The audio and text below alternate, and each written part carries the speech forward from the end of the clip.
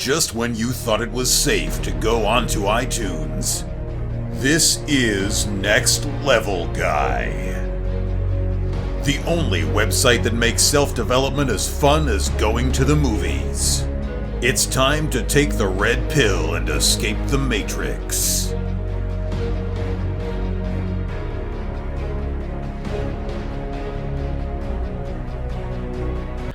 What's happening, guys? It's time for another episode of the Next Level Guy Show podcast with your favourite tutor, Ian Dawson Mackay.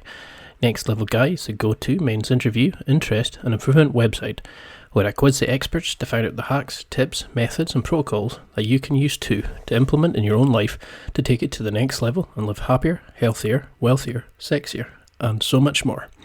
Today's guest is BJJ competitor, coach and YouTube sensation Alec Cofrinho Baulding. And that's balding like the hair, not baldwin like the actor. He's a Brazilian Jiu-Jitsu black belt under Romero, and I'm going to probably butcher this, Cavalcanti, and he holds many victories over the top competitors, and he's won multiple competitions, including the 2018 ADCC East Coast Trials, which means he's an awesome Jiu-Jitsu competitor. In this interview, we talk about his story, Brazilian Jiu-Jitsu's life-changing ability, preparing for competitions, his mindset, how he trains, how to keep evolving your BJJ game, and so much more, and how to do it with a big smile on your face. I'm a massive fan of Alec, and you will be too after this interview. So let's get to it. I hope you enjoy. So say if I met you and we're between floors in a lift, and I asked who you were, and why you're well known, what would you say? I mean, I think, I would just say, my name's Alec. I'm a Brazilian Jiu-Jitsu black belt. I've been training for 15 years. And I've just always been attracted to martial arts just from watching like Dragon Ball Z and watching like, old karate movies and kung fu movies. And I think that kind of sparked my interest in martial arts even before it became more mainstream like it is now. With my training, I've been able to travel. I teach. Currently, I'm in Sweden, Gothenburg, Sweden. I teach at Valhalla Jiu-Jitsu along with John Thomas, another awesome black belt. And, my goal is to promote Jiu-Jitsu as far as I can, through my social media, my Instagram, my Facebook, my YouTube. And, just keep putting just positive energy out there because so many people have helped me throughout my journey and still help me. So, whatever I can do to help others promote jiu-jitsu and show that it's a healthy activity, it's safe, and it's a great way to develop yourself. Oh, awesome. I mean, I've been doing jiu-jitsu for about a year now and I absolutely love it. But what I struggle with is that there's a counter to the counter to the counter that you've just learned. That it's so deep and it's so involved. But how did you initially get into martial arts? Was there was it just that you liked the Bruce Lee stuff, or was there an event that made you start it?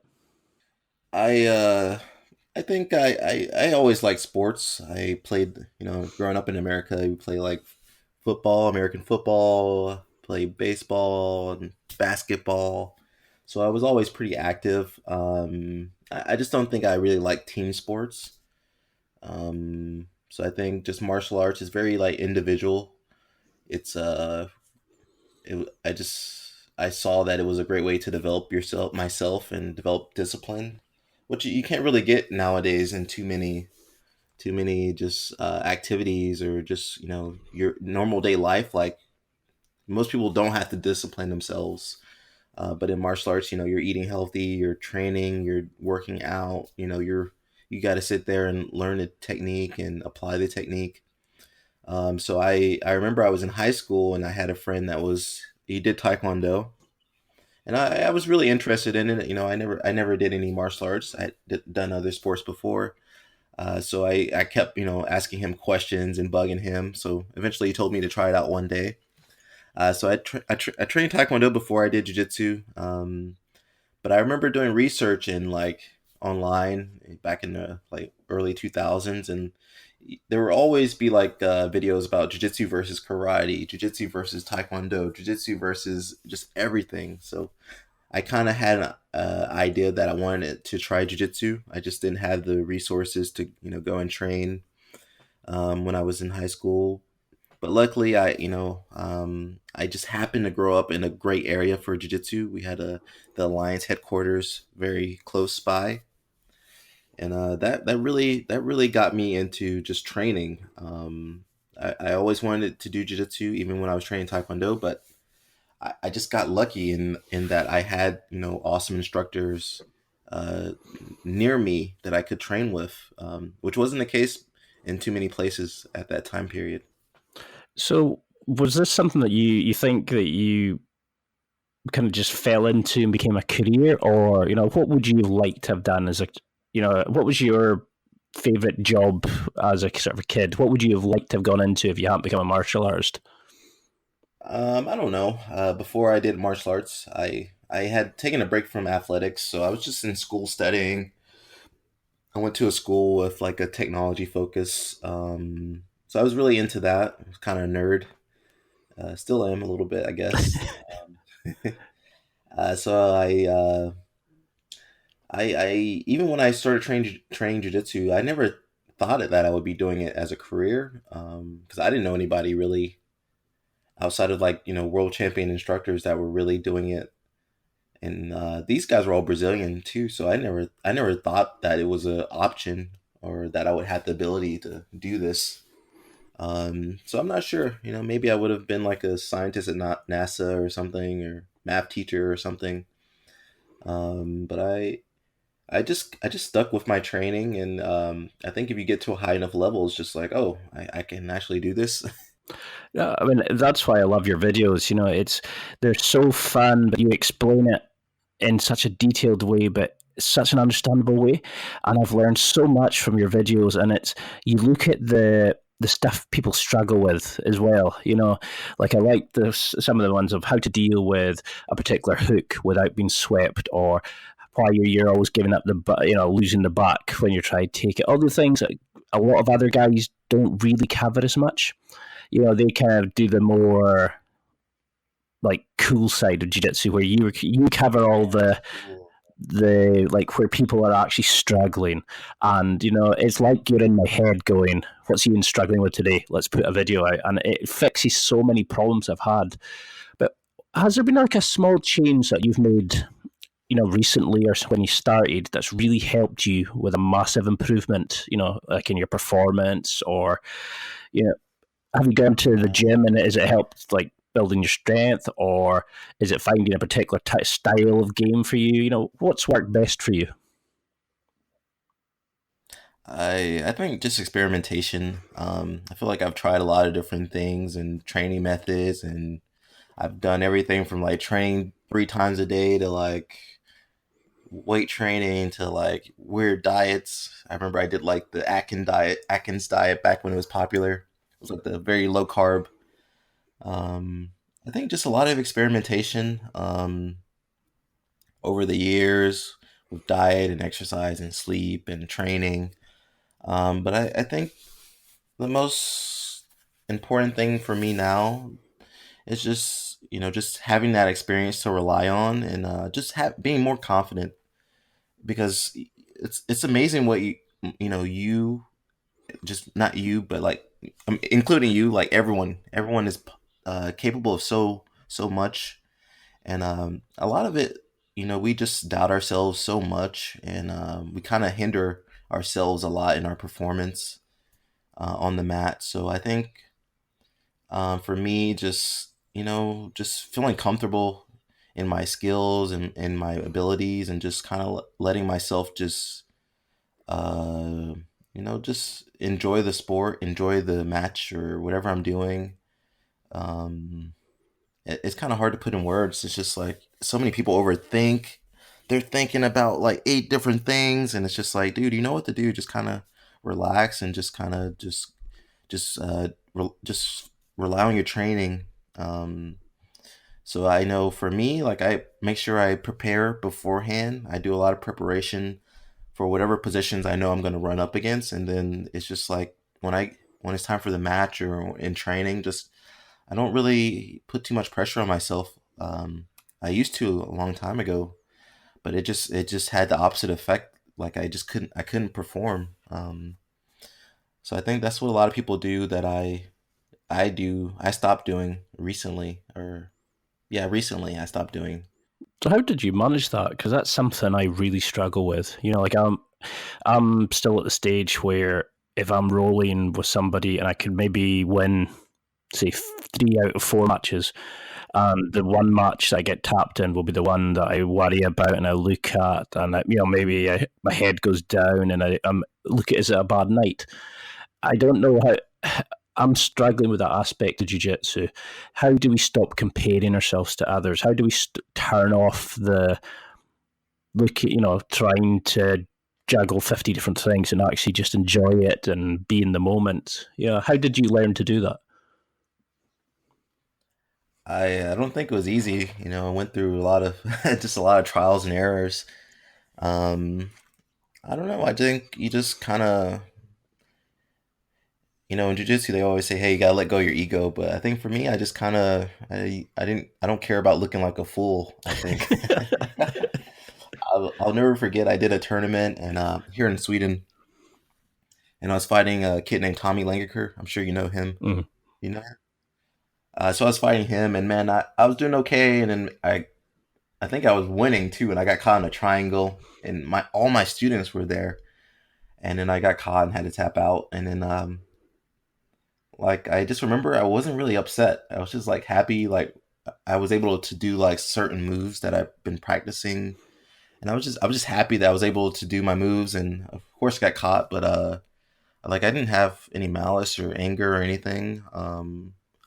I think I think just not worrying so much about like how you look or how you think your instructor's gonna think about you if you tap out, or if you lose, or how other people perceive you. I think you just need to look at yourself like think of yourself like when you trained and your progress up until now. And don't worry, like I don't really worry as much about other people or their games. You just like look and see if you've been progressing.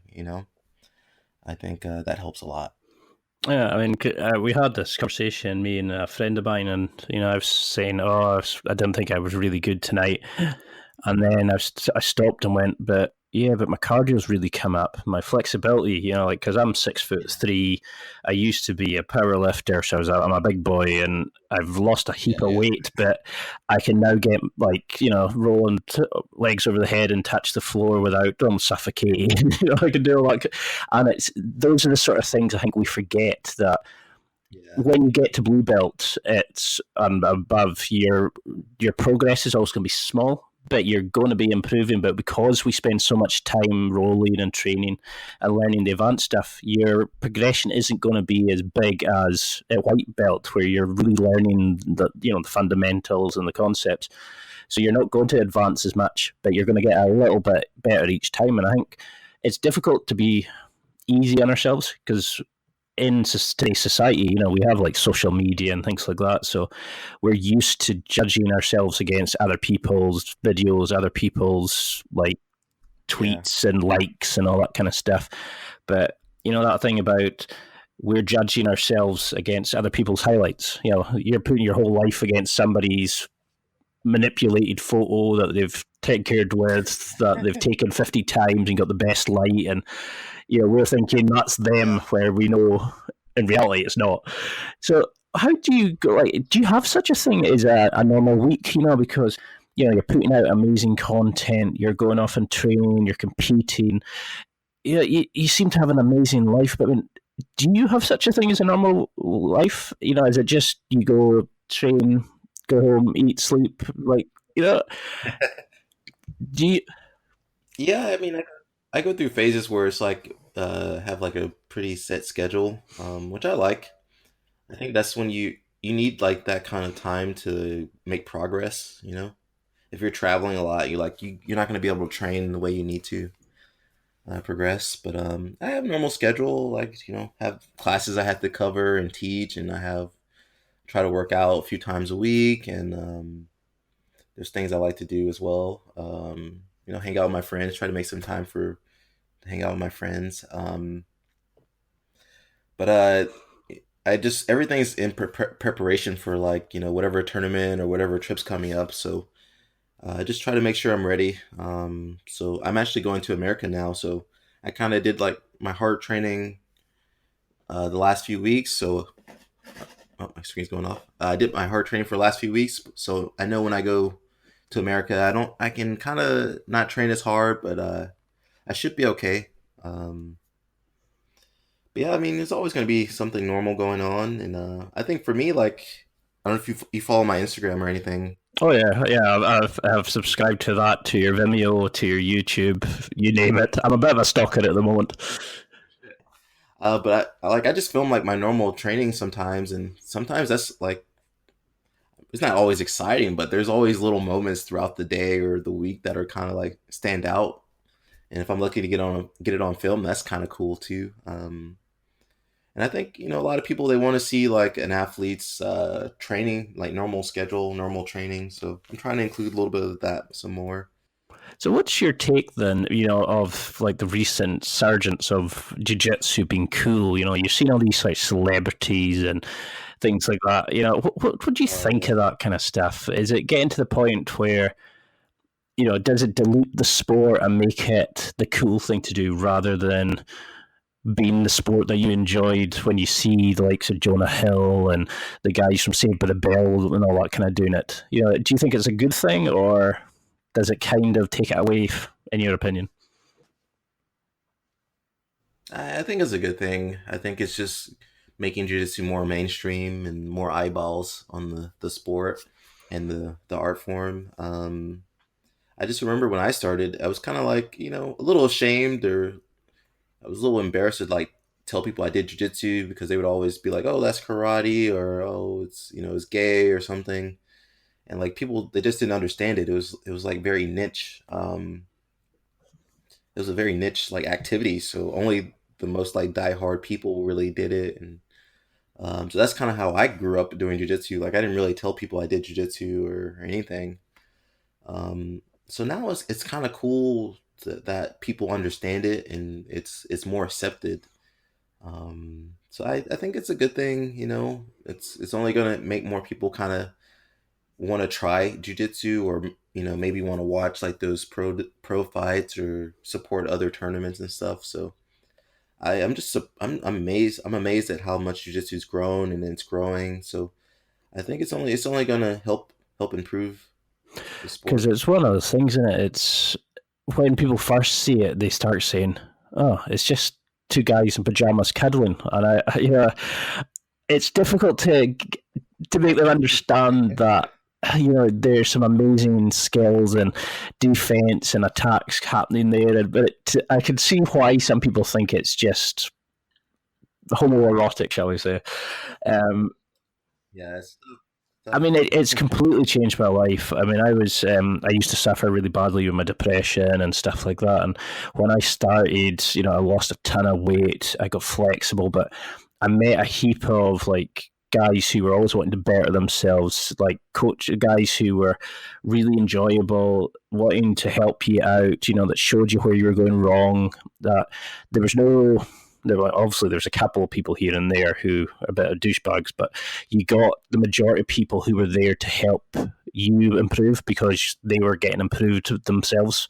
And I think that's the thing is people look at it and say, "Oh, that's scary," like guys getting thrown over your shoulder and Yeah. choked out and stuff like that. But it's very primal. It kind of I can't remember the last time I went into training and didn't come out and not remove all stresses, be happy, and just look at and enjoy life and be in the moment because you tap into like a physical energy. Is that what you enjoy about it? Do you think? How do you keep going? Because you've achieved a lot. You've won championships.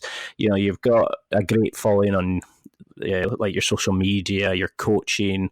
You compete like against world champions and stuff. What keeps you motivated? What gets you jumping out of bed in the morning and wanting to go and train 2, 3 times a day? I think it's a few different things. One is just habit. I think as you get older, you just get into a habit of training. It's just part of my life, like my lifestyle. Like I'm not gonna, I don't feel normal unless I'm at the gym a little bit training. And then there's the social aspect, seeing my friends. I'm sure you get to see your friends and you're happy and you get to chat and talk and play around and stuff. Um, Another aspect for me is just progressing. I think when you first start jiu-jitsu, you're a white belt, and like that, just seeing that you're getting better every time you train, like it's kind of addictive. And as you get as you train longer, like you kind of got to chase that a little bit harder. You have to train harder to see progress. So when I'm going to the gym, I'm always looking to get better in my positions, or maybe tweak some things, or maybe something's on my mind, and I want to kind of work it out. Or I'll see something at a tournament. I'll see some tournament footage. I'll flow grappling, and then I'm like, hey man, I need to try this. Um, I think I had really great instructors coming up, so they kind of helped instill like that kind of just mindset to jiu-jitsu. It's never ending. You have to keep staying sharp. You have to keep learning. In fact, I actually was taking a private lesson today. There was a guy named Matthew Tesla. He's a Danaher guy. He's in Sweden here for like a week. And so I just, I wanted to learn some leg locks, and had some other guys that they're going to do the European trials, ADCC trials. So we just decided to do a private lesson with Matthew Tesla. So it's things like that. Like, man, I'm still learning new stuff and trying to work the techniques, and I'm sitting there messing it up still, like a white belt. So it's fun, and I think it's never going to end. It's always going to be like that. No, I love that. You're keeping it fun, you're keeping it going, you're making it like you're keeping the excitement alive. Because like I've been doing it for over a year now, and I've barely touched the surface of what you can get from it and what you can develop in skills and that. Yeah. And it's such a deep ocean to swim in, and I think that's what a lot of people will struggle. Like they get the initial self-defense stuff, and then it starts getting more and more complicated. So what would you say to somebody who's started, like say they're at a white belt level? What would be this thing that you would say to your average white belt to keep them on the straight and narrow? How would it be different to something you would say to a blue belt or a purple belt? Is there something that you like a kind of tips that you notice, or is there a reason people kind of drop out at those kind of stages? I mean, it just varies. Everybody's different and has different life circumstances. I think I tell people the same things I tell myself internally. Jiu-jitsu's not easy. And I can tell you, like, I deal with like a lot of beginners. So we always just focus, instead of trying to like tackle jiu-jitsu head on as like one major topic, we always just try to help the like new people just learn a position. For instance, like here at Valhalla Jiu-Jitsu, like we do a lot of like spider guard. So like a white belt, they come in, they're going to learn spider guard. And we just keep reinforcing that position. And I think that makes it a little bit easier, because if you try to like do passing and submissions and sweeps and everything, like it's too much. But if you can kind of narrow your focus down and just get comfortable, find positions that you're comfortable, and just kind of work from there. And I know you gotta, people, they want to work all this new stuff. They look at Instagram. They want to do that technique they saw. But like we kind of stay really on top of people to just understand the system at the gym first, and then they can start experimenting and adding new things. I think that's been the best approach that I've used for like helping new people. And then with blue belts and purple belts, to just reinforce like, hey man, make sure you're sharp on your spider guard. Okay, now start adding in some other guard positions. Okay, now you can work your attacks and your submissions. But don't tackle everything head on. That's too much stuff. Because it's very similar to how we got taught. Like my coach, Professor Ricky Gillian, he's a black belt, and that's what he was saying, was that if you're training with like some new white belts, trying to explain an over-under pass or a knee slice pass to them, like where to grab and where to move and the steps to go through might be overcomplicating it. Mm-hmm. They can't take it in. But if you just said to them, push their leg down and like push your leg on top of it, or you really break it down basics, people can get that because they can put it to their day-to-day life. But as you progress, there's all these little things you can tweak and change and that make it more effective. And I think that's the thing, is like not overcomplicating people when they first start. Yeah. So how did you find that when you did your personal training session? Do you enjoy being a beginner? Do you enjoy making mistakes? Is that the part of it that's fun for you to learn something new, or does it annoy you even? Yeah, I always learn something new or find little details. I think just for me, like I'm not afraid to look like like an idiot or a fool. So I think I was definitely messing up some things. We were working like these heel hook variations, and I think for me, like I was messing up, but the Matthew Tesla was a really good instructor, so he told us like all the steps, and I would sit there and repeat the steps. Okay, track the heel, pull it towards my chin. Like I was just repeating everything he said as he was watching, and I mean, I don't like making mistakes. I don't want to look like a fool, but I'm okay if I look like a fool. So that kind of pushes me to like, okay, I want to do better. But I think, you always gotta, if you want to do jiu-jitsu for a long time, man, you just have to have that white belt mindset. That's the only way you can keep going. Because if you think you know everything, man, there's going to be a new move that comes out the next year, and you're not going to know anything about that. You're going to have to learn just from the ground zero, pretty much. Well, I can remember when I first started, I was 34, 35, and some of the guys I was going in to train with who were starting in the same beginners class were like 23, 24, all like built like brick shit houses, 6-packs of muscle, and I'm sitting there going, oh, for God's sake, the big heavy beast of a thing, and I started trying to be like them, and be the speedy guy and that. And then when I found pressure passing, it was like it opened up an entire different way. And, I was tapping blue belts. I was holding my own against purple and even beat a brown belt at one point. And it was because I was learning how to use my body the correct way, Is that where a lot of these guys are going wrong when they first start, do you think? Is it that we're trying to be somebody else, that we're not learning to use our bodies correctly, and we're not developing our own style of jiu-jitsu? Is this, what I mean? Is there a thing that you see in people when they first start to when they become maybe more successful down the ranks, that you go, that's why, because they've expressed themselves through their jiu-jitsu and how they act? I think for me, what I've seen is that the students that do the best, they're good at two things. One, they listen, and that's like probably the most important skill set in jiu-jitsu or anything. Just being able to listen and take feedback. You'd be surprised how many people, like I try to help some people, even like my students, and they're like, "Oh, thank you." They're very like confrontational. Or you're trying to coach them at a tournament, and you're like, "Hey, man, try this," and you see like, man, they're not listening one bit, and then when they lose, they're upset. They're upset at you because they blame you. They blame the coach. It's an unusual approach, yeah. Yeah. So listening, I think, man, that's like the number one thing.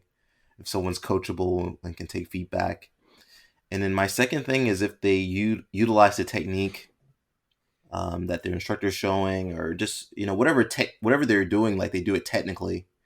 Because I see it so many times. A guy, like, they try a technique a second and they get frustrated, and then they just kind of like they just do some crazy thing they just thought up on the spot, and then you just can't coach. You can't help someone with that or that type of game.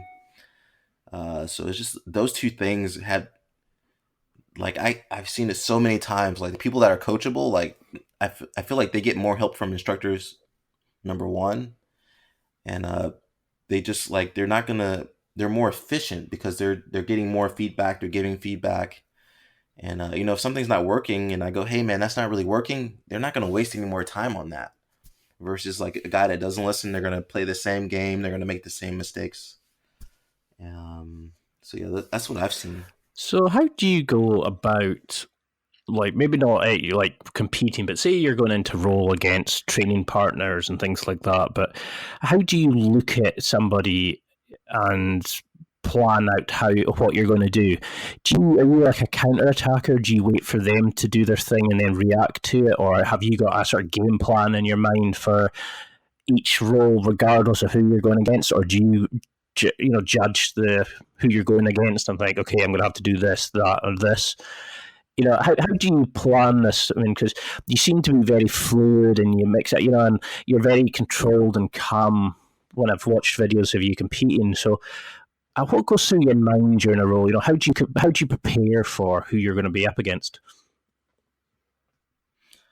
I don't. So like the approach here that we use is that we don't really. Of course, you need to prepare for different opponents and stuff. They're going to be more aggressive opponents. They're going to be more passive opponents.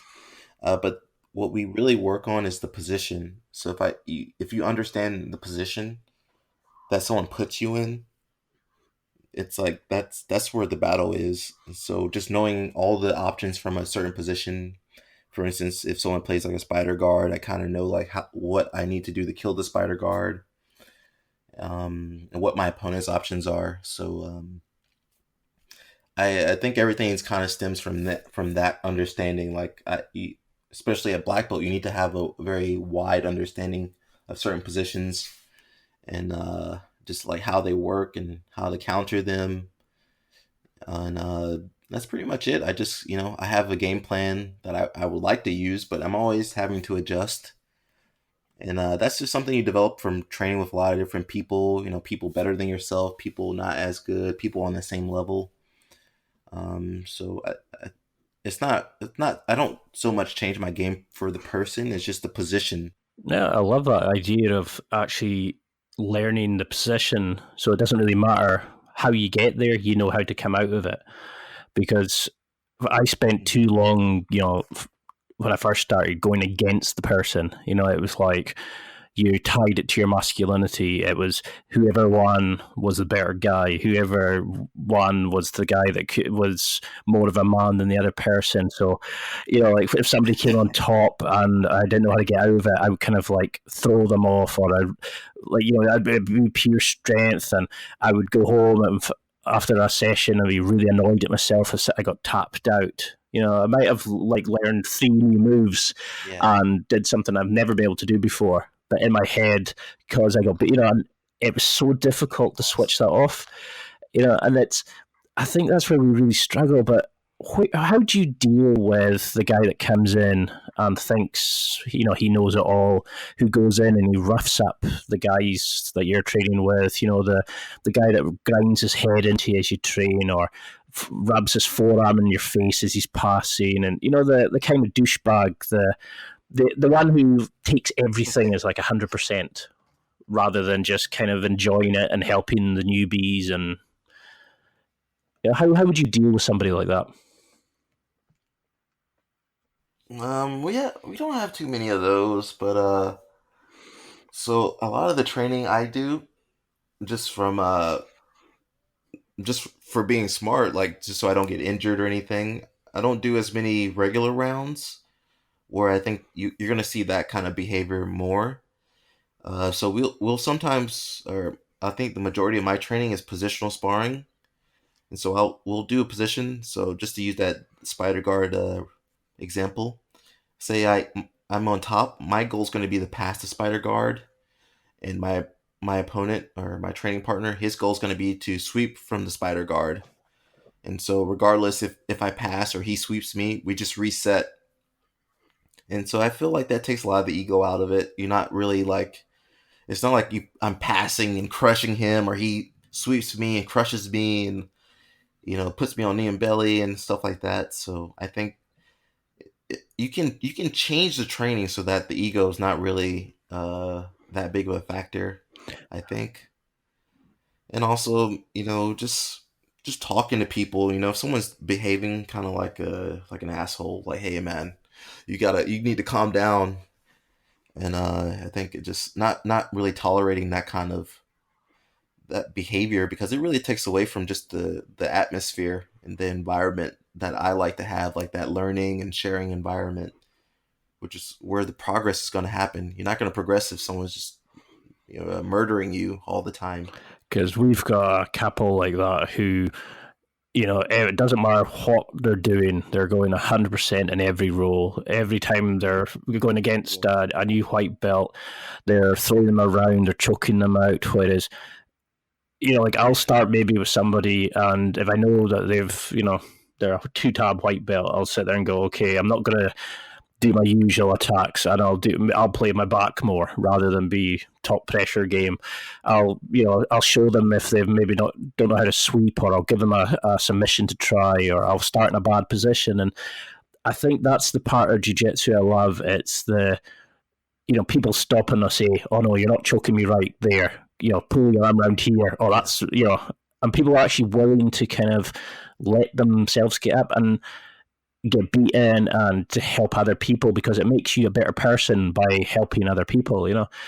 How did you fight? I mean, you've got an amazing personality. Every time I've watched a video of yours, you're laughing, you're joking, you seem so friendly, and you seem to love life.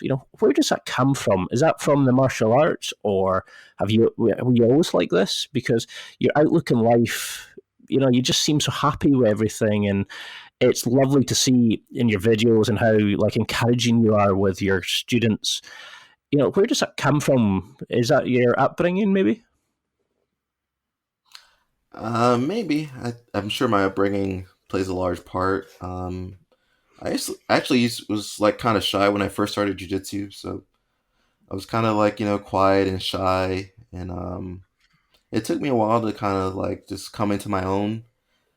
But I think if you're doing something that you love and that feels right in your heart, like that's how jiu-jitsu is for me. I think you can't help but be happy. And especially because I'm here in Sweden, the people are kind of like more antisocial, so that forces me to be like more outgoing.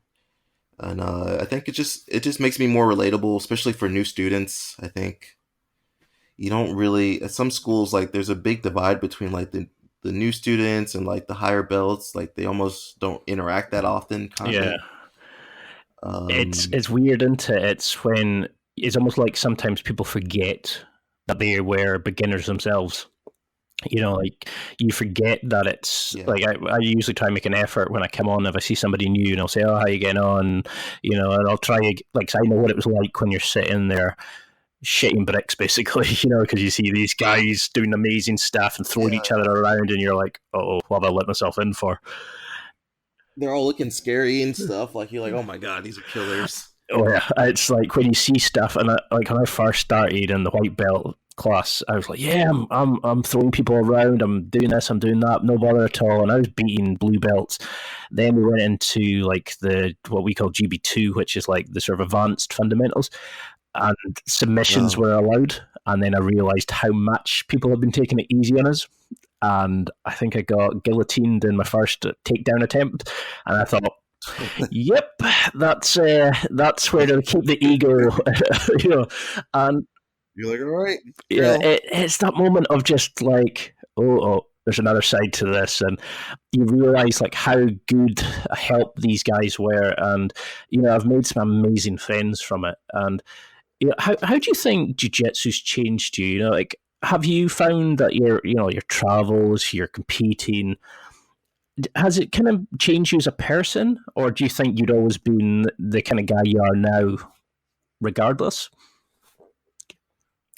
I think just the people I've met and just the trials I've gone through has definitely like helped develop me, because I started a little bit younger, like 15 or something. So I think it's kind of hard to separate myself from jiu-jitsu at this point. I've just done it so long. It's really been like a lifestyle for me. So I don't think I would be the same person if I hadn't trained jiu-jitsu or met the people that I've met through jiu-jitsu. So I believe it's made me a better person, a more calm, just more considerate person, more fun person. I hope. But it's definitely developed me, and that's something I always think about. My instructor, he always preached that jiu-jitsu is like, it's a way to develop yourself, to make yourself better.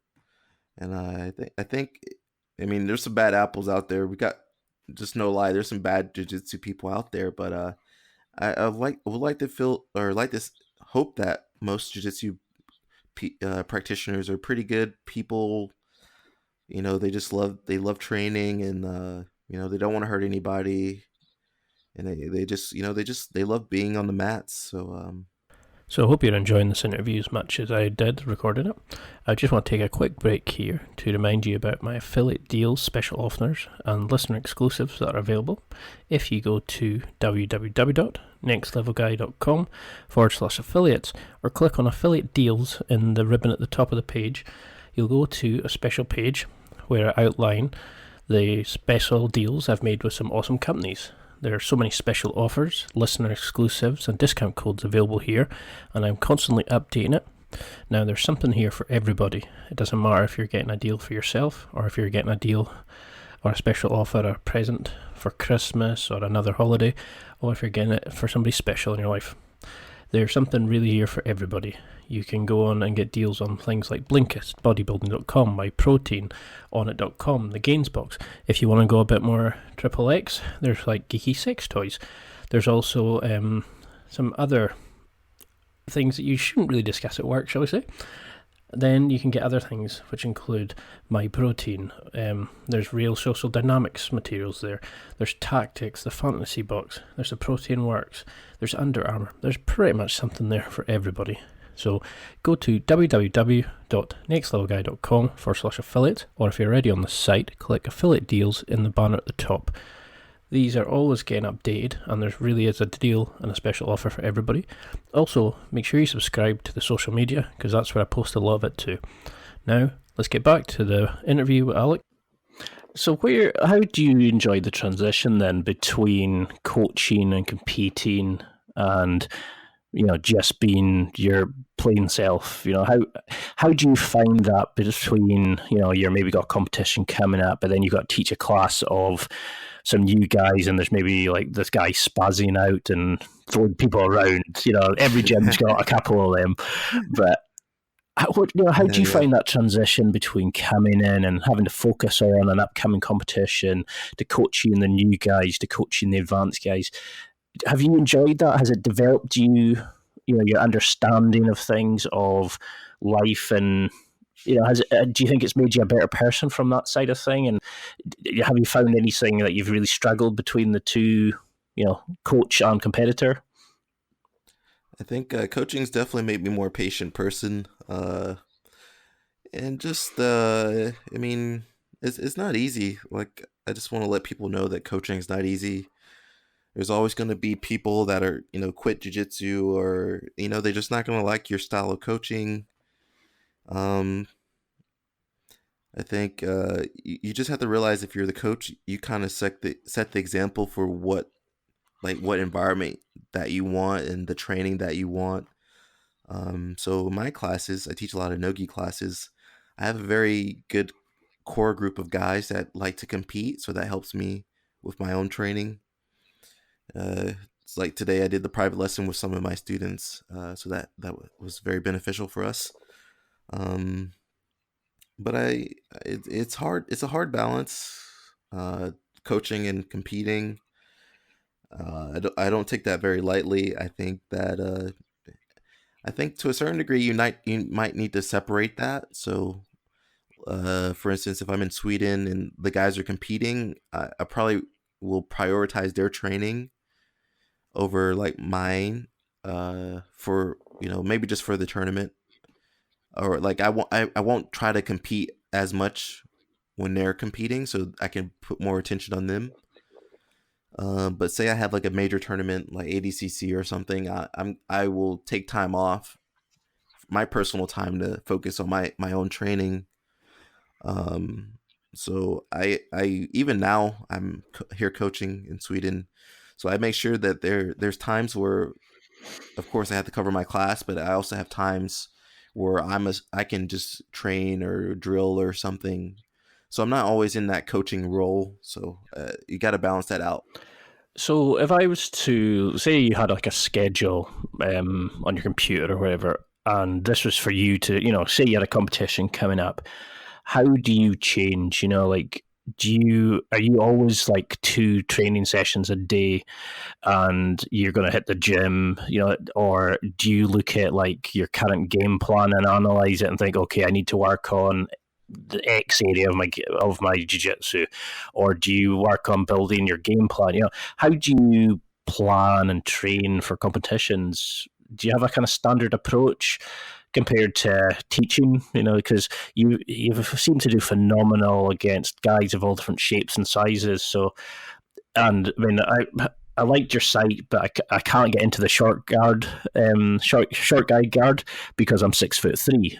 But yeah, Oh yeah, you're too tall. it's Sorry, buddy. it drove me crazy when I seen that. I was like, come on, but where's the big guy love? Where that maybe didn't come out quite right, but we'll do the tall guy guard next. so, but how do you go about it? Like, if I was to watch you train for this, because I'm now at the level where I want to start really pushing this and getting in, because I used to never bother with the Berlin boas, the lapel guard and stuff like that, but I'm wanting to get into all that kind of stuff now.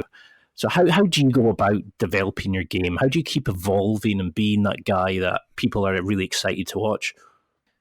That's a difficult question. I think you should. I'm always looking outside of myself. I'm watching like the tournaments and seeing what are the young guys using. What do I need to look out for? I'm watching like the leg lock guys. I'm on Instagram stalking all those guys. Like, oh, what are they doing? Oh, what's this new leg lock here? So I'm always kind of looking outside of myself. I think also just watching yourself compete or train, that's a very good tool. You can see like, oh man, I look really good, or you're like, oh man, I need to work on my conditioning, or oh man, I messed up on that. So I think just getting a lot of feedback, talking to your training partners, um, maybe they're doing something really, really well on you, like they keep hitting you with something. So my training, it's kind of again, it's like a lot of experimentation.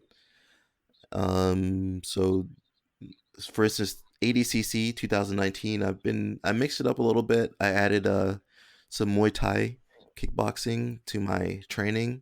So I've been doing that twice a week, and it's been really helped my conditioning and my footwork and just my timing with like just pushing myself, because I have seen myself on videos where I kind of get a little kind of too complacent. So the striking has helped me with that.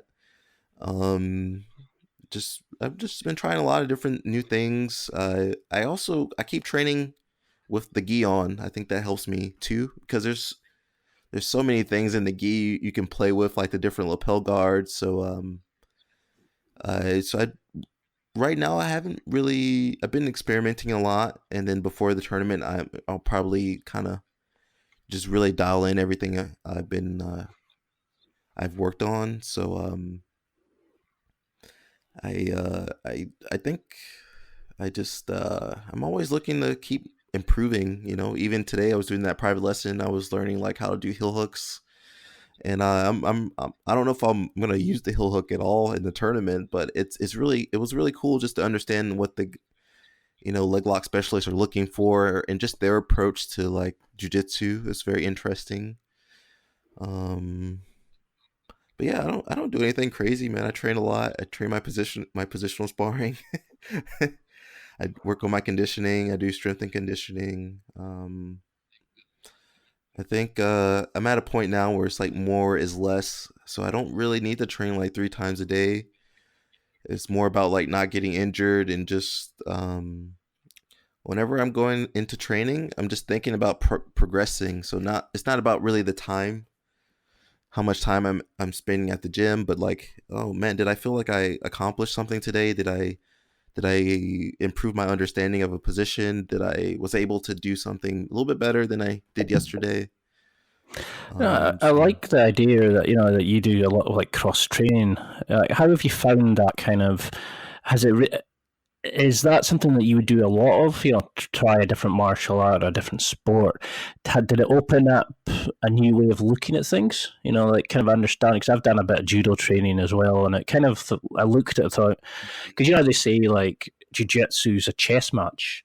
And it's like a physical chess match where you're having to use your brain to outthink somebody 3 steps ahead. How do you find doing that? Like with the Muay Thai, did it open up a new way of thinking? Did it kind of make another development and evolution on certain skills, or did it just, like you were saying, give you a bit more kind of push and kind of conditioning and make you a bit harder to kind of like when you were struggling?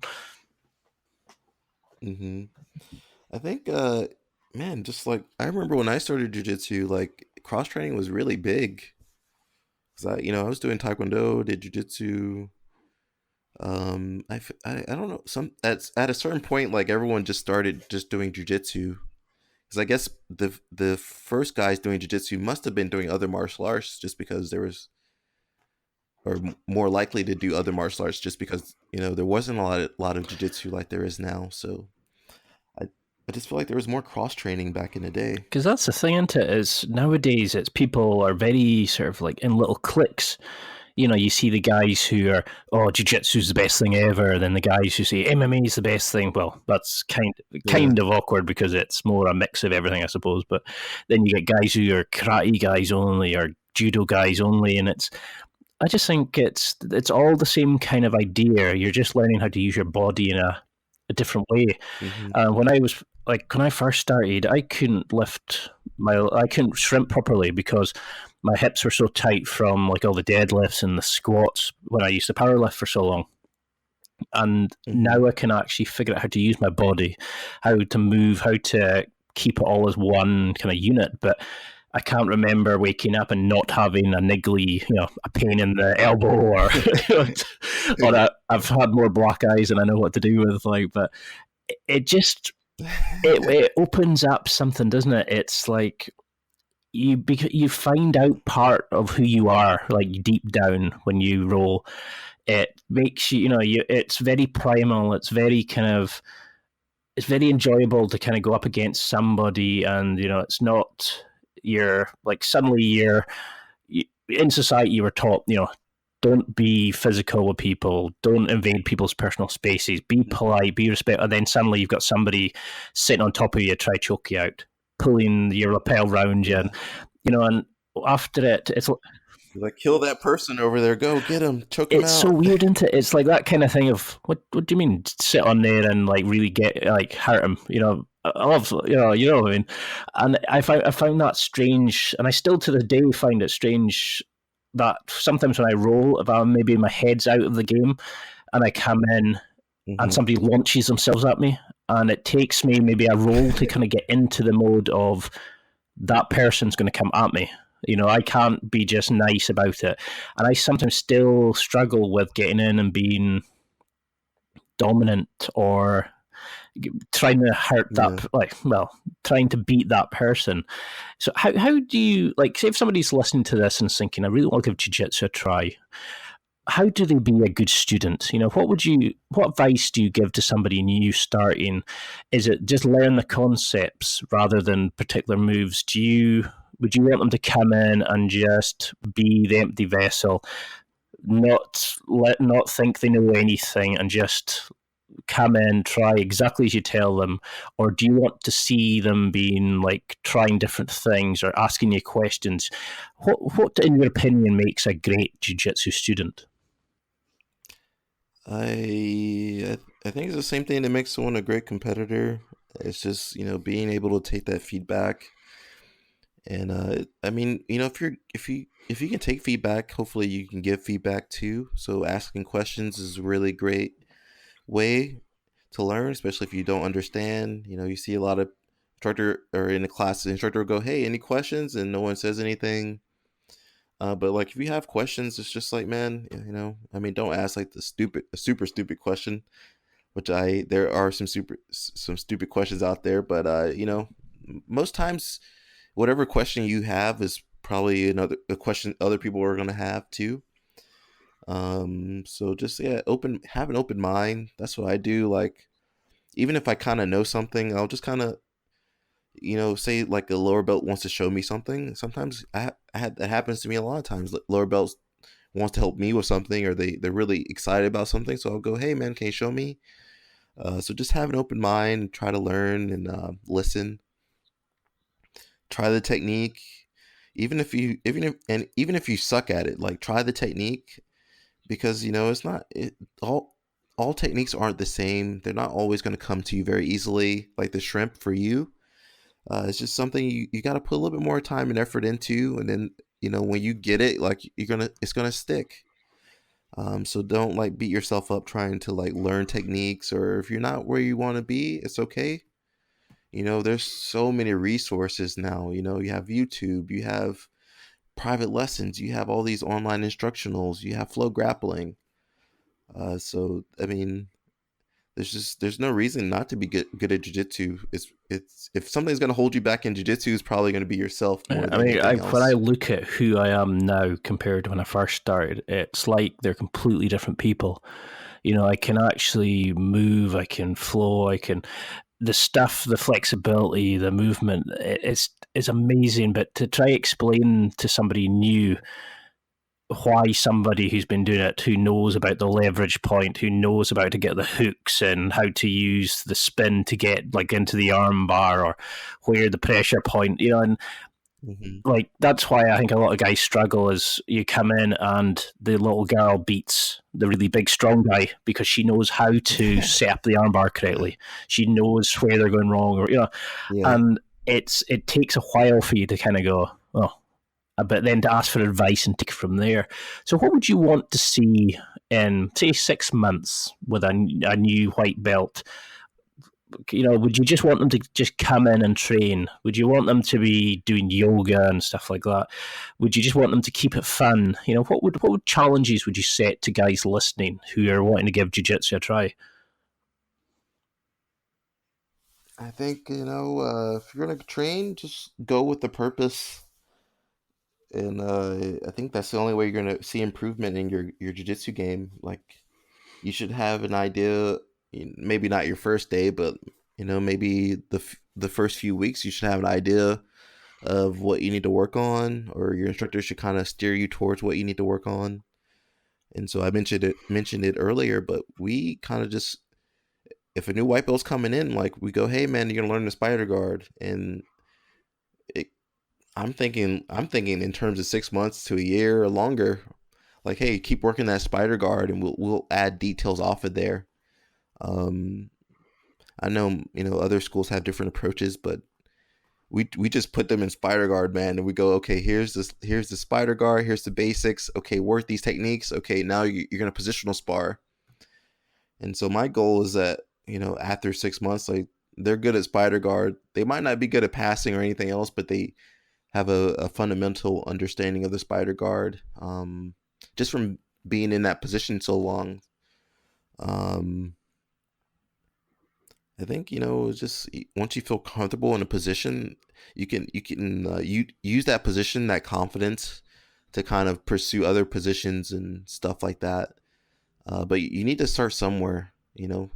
Maybe your school is really big on close guard, or whatever guard or pass or whatever. Like, really just dive deep into something and understanding the position and all the options you have. And then, okay, once you feel a little bit comfortable in that position, okay, now you can move on to something else. Because it's quite it's weird, isn't it, though, when you first start, you kind of learn the basic concepts and you think, okay, and then somebody shows you something and it's like they put a light on another bit of the mind map, and you see how that links into something else, and it's like, does your training partner have his knee down? Does he have his arm down? And then it can go off to another way, and then it opens up to another kind of, it's like the flow chart kind of, and you can. It's like the, what do you call it? Like the Metro Underground kind of the maps as they open up more and more, Yeah. and it's amazing how deep this goes. But you know, something I was really impressed by your videos and stuff like that. I mean, you give amazing content over and over again, but how do you like to relax away from this? You know, you mentioned there going off and seeing friends and stuff like that, but what would I find you doing away from training? Like, how do you shut off from it and give yourself a break and just be, you know, regular Alec? Man, I just don't take any breaks. I just keep going. I don't know. I mean, I have time where I'm not training and stuff. You know, I like going to the gym. I think that's pretty interesting hobby of mine. I just find time where I'm doing other stuff. So for me, like making videos is fun. It's not just like it's good for promoting myself. But I really enjoy that. I've also done a few blogs. And just talking with people about jiu-jitsu. I just stay busy. I think I just don't let myself really. I don't really get bored. I just I just keep it moving, keep doing something. I just keep myself like just active mentally. I think that's something a lot of jiu-jitsu guys. I see it even online. Like I see all these guys. They have like humongous followings. Like, but they never post anything. It's strange, isn't it? It's like some people who are like world famous competitors, you don't know anything about them, and you think, oh, that's because they're always training. And then you see guys who, like yourself, who are always winning, and then you see that you coach and you train, you do blogs, you do videos, you know, and I'm like, well, which is it? Like, you know, which way is it better to be? And like I've developed myself so much as a person by doing this podcast, and I love speaking to experts like yourself that kind of open up a new avenue and really make me excited about jiu-jitsu, for example, or business or whatever it is. And I love the fact how much value that you guys give, and it's amazing to see. And you know, you help so many people, and I think you should be super proud of your channel. But what do you want to be from this? You know, is this always going to be a bit of fun to you and you're competing, or would you like to make this into like a big business? What would you like the evolution of your brand and jiu-jitsu to be? I haven't really thought that far in the future. My approach now is I'm just documenting pretty much just my life at this stage in my career. I think for me and also my friend John Thomas, like we were kind of like when we were like winning a lot of like tournaments and stuff as lower belts, like there was no like Flow Grappling or Instagram or YouTube wasn't really big. So for a lot of us, or for us especially, just like keeping value is we're kind of playing catch up on our side. But that's for me. I just want to keep bringing value, and you never know. I was thinking about this the other day. Like you never know what you say or do that's gonna really stick with someone, and it might help them get through like depression or a tough divorce, or just like you never know what you say or do is gonna like have an effect on someone. And I just want to keep putting out positive energy, and keep traveling, keep doing jiu-jitsu, and just keep spreading it as much as I can. I don't really care if I never have like a big following or anything. It's just I enjoy doing what I do. I enjoy like making those cool videos and just putting out great content. And hopefully I can just help someone, like someone helped me. So many people helped me in my journey, and they continue to help me. So whatever little bit I can do, so when I'm old, I can look back and be like, man, I was crazy back then. I don't know how I did that stuff, but Well, you're definitely helping people. It's like every time I come on, even if it was just me, I come on and I look at your channel and I think, has he been watching me train? Because that has just fixed something that's a problem, and that's the beauty of your channel. You come on and you look at stuff that most people don't want to talk about. It's like, why are you messing up in this position, or how to fix this, or how to avoid getting swept when you're passing. A lot of guys look at it, all the cool stuff, the how to put on the Kimura from here, and you're like, but how did you get there? How did you, I'm getting caught before I even get that far. And you fix so many of my problems, like this, what some of us see silly problems, but maybe stops people progressing. They think, oh well, I just can't seem to get past there, and eventually they drop out. And that's what I like about your stuff. You're so relatable, and you make it enjoyable, and it's great to see somebody at your level kind of just be open and experiment and be open, to discussions and listening to people like lower down, because there are unfortunately a lot of people with too big egos. And I mean, I still struggle with mine. I still struggle not to tie up who I am as a person in each role, and I've come away on a Friday night and been still pissed off on a Sunday about how I performed and how stupid that is, because you can't change it. But in your head, sometimes it's, as guys, we like to think, oh well, this could be the matter of like bragging rights and stuff. Like, it doesn't matter if you come away as a better person, and I think that's what you're helping people become. So you should be really proud of what you're doing. And is that what you think makes a good man? Like if you had to kind of sum up what you wanted from life, that you helped other people. I mean, yeah. I mean, that's what I would like my legacy to be like when I'm old. I would like people to remember me fondly. I don't want them to be like, I was an asshole. He never helped me or anything. And I just think, just the way I've lived my life is a reflection of like my family and my instructors and my students. Because you're never, one man is never an island. One man is not an island. Just so many people have helped me get to this point. Like I couldn't do all this shit by myself. So I think jiu-jitsu is a great tool that a lot of people can use to develop themselves. And I don't know if you never know if you're a great man or not until it's all over and done. But I hope people get some benefit from me. Because there's a old, I'm trying, was it Ed Milet? I think I've mentioned this before, where he said, like he's a Christian, and he says he wants to go up and God takes him to one side and says, here's the guy that you could have been. And he wants the guy that he meets, he's had all the experiences that he could have potentially had. He's done everything that he wished he had done. He wants to meet that guy and the guy say, yeah, we're twins. And I think I really like that idea. I mean, I'm not religious, but I like the idea of it, looking at it and going, like what you could have been to who you actually are at that point, and thinking, yeah, I gave it a good shot. So how would you, if you had to sum up your life in a movie or a song title, what would you pick? There's a song by Drake I was really listening to. I remember this girl broke up with me, and I was like kind of down. I was kind of down, and the song's like "Can't Have Everything." So I think you just can't have everything, and just focus on what you're good at. That's what I've done. I've focused on what I was good at, and things that don't work out, like you just don't hold on to them. I haven't held on to them, and I just keep pushing, man. I keep pushing.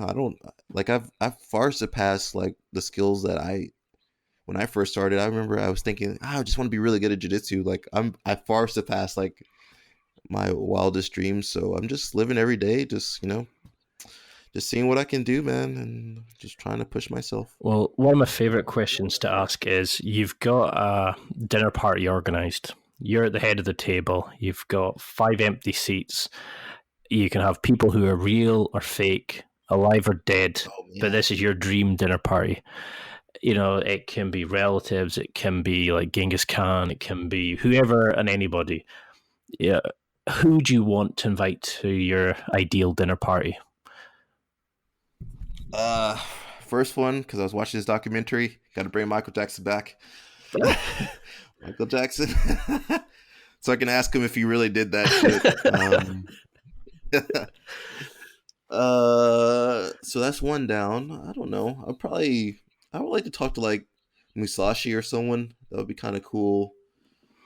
Just because he's like the father of martial arts and like mindset and philosophy. Just to pick his brain and see like just to clarify stuff, because I read his book and I was still like, man, what was he saying? Like, I don't know, so many people. I'm sure some relatives that I have that I miss. Like Helio, bring Helio back. Bring Helio back. So it's about 3 or 4. 2 more. You said it could be fake, right? Fake Yeah, it could be like TV characters. It can be anything. Oh man, this is really I've hard. had somebody that came out with, was it Jesus, George Lincoln, and then it was like Genghis Khan or something like that, and I was like, that is a weird one, like, you know. And it's, I don't know, it's meant to showcase like what you like, who you are as a person, your influences and stuff like that, but I don't think I could answer it. I've got so many different ways I could go down, and you know, it's kind of interesting because like you can see the martial arts focus that you have, you know. But I mean, was there a TV character or a film character maybe when you were younger that really kind of inspired you, or that you wanted to be like? Yeah, I'd probably say Bruce Lee. I'll bring Bruce Lee back. Yeah, you're bringing them back. You're like the resurrection stone in Harry Potter. Bring you back. You're coming back. Because that's why I loved your videos. You know, when I looked at like you had all of like the anime characters and you had all the kind of cool titles, and I was like, yeah. Yeah, I'll bring Goku. Good. I'll have all the martial artists in my. I like it. But then they will want to fight. They will all be fighting. We'll be fighting. Well, it's when I look at some of your videos and I'm like, yeah, you know, it's because you were saying like, oh, you like being a bit of a nerd, and I was like, yeah, this is my kind of thing. Like, I like all that kind of cool stuff, and it's like I used to watch films and I would be watching and going, imagining myself in them and how I would have done it differently, or how would I have been in that scene, and you know. Because I maybe didn't have the greatest. I grew up in a small fishing village, and we didn't have the best role models. You know, we didn't have the like martial arts and stuff like that. So we kind of had to find our own way as men. And you kind of look at stuff and go, oh, like, you know, there's a TV character like Jack Bauer, James Bond, and they teach you how to be men. And I think that's the beauty of media. But with YouTube and coaches like yourself, you're kind of showcasing guys how to be proper guys, how to be good guys, and you know, like take your talents and be the best you can be, but be nice guys about it and stuff, you know. So I know we're well over our time limit, so I can't thank you enough for doing this. But I mean, if you wanted to say one thing that you wanted people to remember from this, what would it be? You know, what would you want people to remember from it? From the podcast? Because I've got to have you on again and cover like 50, 60,000 other concepts and questions, but you know, I just wanted this to be like a showcase to get my audience to know who you are and follow your brand, because you are an awesome coach. But what would you want people listening to take from this? I think just follow your passions, and I think you just live your life. You know, don't really worry about anyone else.